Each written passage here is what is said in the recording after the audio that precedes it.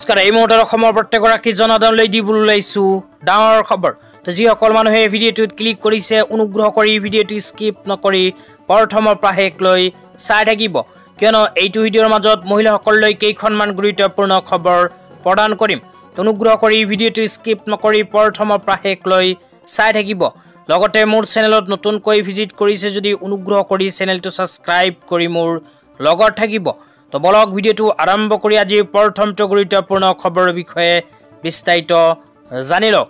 লগতে আপোনালোকক ৰিকুৱেষ্ট কৰিছোঁ অনুগ্ৰহ কৰি ভিডিঅ'টো শ্বেয়াৰ কৰি আপোনালোকৰ বন্ধুবৰ্গকো চোৱাৰ কাৰণে সুযোগ প্ৰদান কৰিব।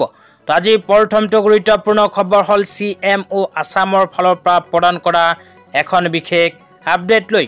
তো ইয়াতে কি লিখা আছে পঢ়ি আপোনালোকক বিতংভাৱে জনাই দিছোঁ। তো ইয়াতে লিখা আছে মাননীয় মুখ্যমন্ত্ৰী ডক্টৰ হিমন্ত বিশ্ব শৰ্মাই আজি ঝুমুৰ বিনন্দনী প্ৰস্তুতি পৰ্যালোচনা কৰিবলৈ সৰু সজাই ক্ৰীড়া ষ্টেডিয়াম পৰিদৰ্শন কৰে। তাৰপিছত কৈছে পৰিদৰ্শন কালত মাননীয় মুখ্যমন্ত্ৰীয়ে কেইখনমান মুখ্য ঘোষণা আগবঢ়ায়। তো মাননীয় মুখ্যমন্ত্ৰী ডাঙৰীয়াই কেইখনমান গুৰুত্বপূৰ্ণ ঘোষণা কৰিছে, এটা এটাকৈ আপোনালোকক জনাই দিছোঁ। তো 1 নম্বৰত ইয়াতে কোৱা হৈছে প্ৰতিজন ঝুমুৰ শিল্পী অংশগ্ৰহণকাৰীৰ বাবে 25,000 টকাকৈ পুৰস্কাৰ। তো ইয়াতে কোৱা অনুযায়ী যিসকলে ঝুমুৰ নৃত্যত অংশগ্ৰহণ কৰিছিল সেইসকল অংশগ্ৰহণকাৰীক মাননীয় মুখ্যমন্ত্ৰী ডাঙৰীয়াই 25,000 টকাৰ পুৰস্কাৰ প্ৰদান কৰিব। তাৰপিছত 2 নম্বৰত কোৱা হৈছে চাহ বাগিচাৰ ভিতৰত সাংস্কৃতিক কাৰ্যকলাপ প্ৰচাৰ সাংস্কৃতিক ক্লাব স্থাপনৰ বাবে সকলো চাহ বাগিচালৈ 25,000 টকাকৈ প্ৰদানৰ ঘোষণা কৰে মাননীয় মুখ্যমন্ত্ৰী ডাঙৰীয়াই। তেতিয়া আপোনালোকক দিবলৈ ওলাইছোঁ আজি দ্বিতীয়টো খুবেই গুৰুত্বপূৰ্ণ খবৰ। অনুগ্ৰহ কৰি ভিডিঅ'টো স্কিপ নকৰি প্ৰথমৰ পৰা শেষলৈ চাই থাকিব। লগতে ভিডিঅ'টো ভাল লাগিলে অনুগ্ৰহ কৰি শ্বেয়াৰ কৰি আপোনালোকৰ বন্ধুবৰ্গকো চোৱাৰ কাৰণে সুযোগ প্ৰদান কৰিব। আজিৰ দ্বিতীয়টো গুৰুত্বপূৰ্ণ খবৰ হ'ল আত্মসহায়ক গোটৰ মহিলাসকলৰ বাবে।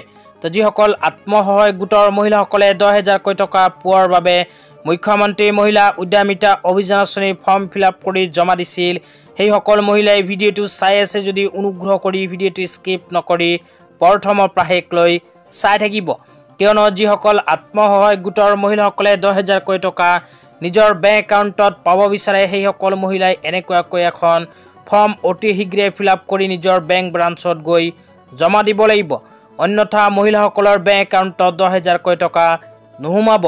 তো ফৰ্মটো কেনেকৈ ফিলআপ কৰিব লাগিব প্ৰথমে আপোনালোকক জনাই আছোঁ, তাৰপিছত আৰু বিতংভাৱে জনাই দিম। তো ইয়াতে লিখা চাব পাৰিব বেংক একাউণ্ট আধাৰ লিংক এপ্লিকেশ্যন ফৰ্ম।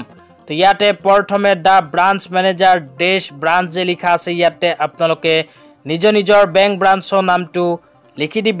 তাৰপিছত ৰাইট চাইডে লিখা চাব পাৰিব ডেট। তো ডেট যে লিখা আছে ইয়াতে আপোনালোকে ফৰ্মটো যোনদিনাখন জমা দিব সেই দিনাৰ ডেটটো লিখি দিব। তাৰপিছত বেংক একাউণ্ট নং যে লিখা আছে ইয়াতে আপোনালোকে নিজৰ বেংক একাউণ্টৰ নম্বৰটো লিখি দিব। তাৰপিছত আৰু অকণমান তলত লিখা চাব পাৰিব I am maintaining A bank account number. তো ইয়াতে আপোনালোকে নিজৰ বেংক একাউণ্টৰ নাম্বাৰটো আকৌ লিখি দিব। এইখিনি লিখাৰ পিছত তলত 4টা অপশ্যন আপোনালোকে চাব পাৰিব। তো ইয়াৰ মাজৰ পৰা দ্বিতীয় নম্বৰ অপশ্যন যোনটো আছে map it at NPCI two enable me two receive direct benefit transfer DBT। তো এই অপশ্যনটো আপোনালোকে টিক কৰি দিব। টিক কৰাৰ পিছত আৰু অকণমান তলত লিখা চাব পাৰিব আধাৰ বাই UDI নাম্বাৰ। তো ইয়াতে আপোনালোকে নিজৰ আধাৰ কাৰ্ডৰ নাম্বাৰটো লিখিব আৰু তলত আপোনালোকে আধাৰ কাৰ্ডত যেনেকুৱাকৈ নাম আছে আপোনাৰ তেনেকুৱাকৈ নামটো লিখি দিব। তো এইখিনি লিখাৰ পিছত তলত চাব পাৰিব signature by thumb impression of the application holder. তো ইয়াতে আপোনালোকে নিজৰ চহীখন কৰিব লাগিব। চহীটো কৰাৰ পিছত তলত আপোনালোকে নিজৰ ফুল নাম লিখিব, তাৰপিছত মোবাইল নম্বৰ দিব, তাৰপিছত ইমেইল এড্ৰেছ যদি থাকে ইমেইল এড্ৰেছটো লিখি দিব। তো এইখিনি লিখাৰ লগে লগে ফাইনেলি ফৰ্মখন ফিলআপ কৰা হৈ যাব। এইখন ফৰ্ম ফিলআপ কৰাৰ পিছত ফৰ্মখনৰ লগত আপোনাৰ আধাৰ কাৰ্ডৰ জেৰক্স কপি আৰু বেংক একাউণ্টৰ জেৰক্স কপি সহ আপোনাৰ বেংক ব্ৰাঞ্চত গৈ জমা দিব। জমা দিয়াৰ পিছতে আপোনাৰ বেংক একাউণ্টৰ লগত আধাৰ কাৰ্ড লিংক হৈ যাব। তো আত্মসহায়ক গোটৰ মহিলাসকলে যদি 10,000 টকা বেংক একাউণ্টত পাব বিচাৰে তেন্তে এনেকুৱাকৈয়ে বেংক একাউণ্টৰ লগত আধাৰ কাৰ্ড লিংক কৰিব লাগিব। কিয়নো চৰকাৰে যেতিয়া মুখ্যমন্ত্ৰী মহিলা উদ্যমিতা অভিযান আঁচনি আবেদন কৰিব দিছিল তেতিয়া কেইখনমান চৰ্তৰ কথা উল্লেখ কৰিছিল। তো সেই চৰ্তৰ ভিতৰত 1 নম্বৰতে কোৱা হৈছিল বেংক একাউণ্টৰ লগত আধাৰ কাৰ্ড লিংক থকা আত্মসহায়ক গোটৰ মহিলা হ'ব লাগিব।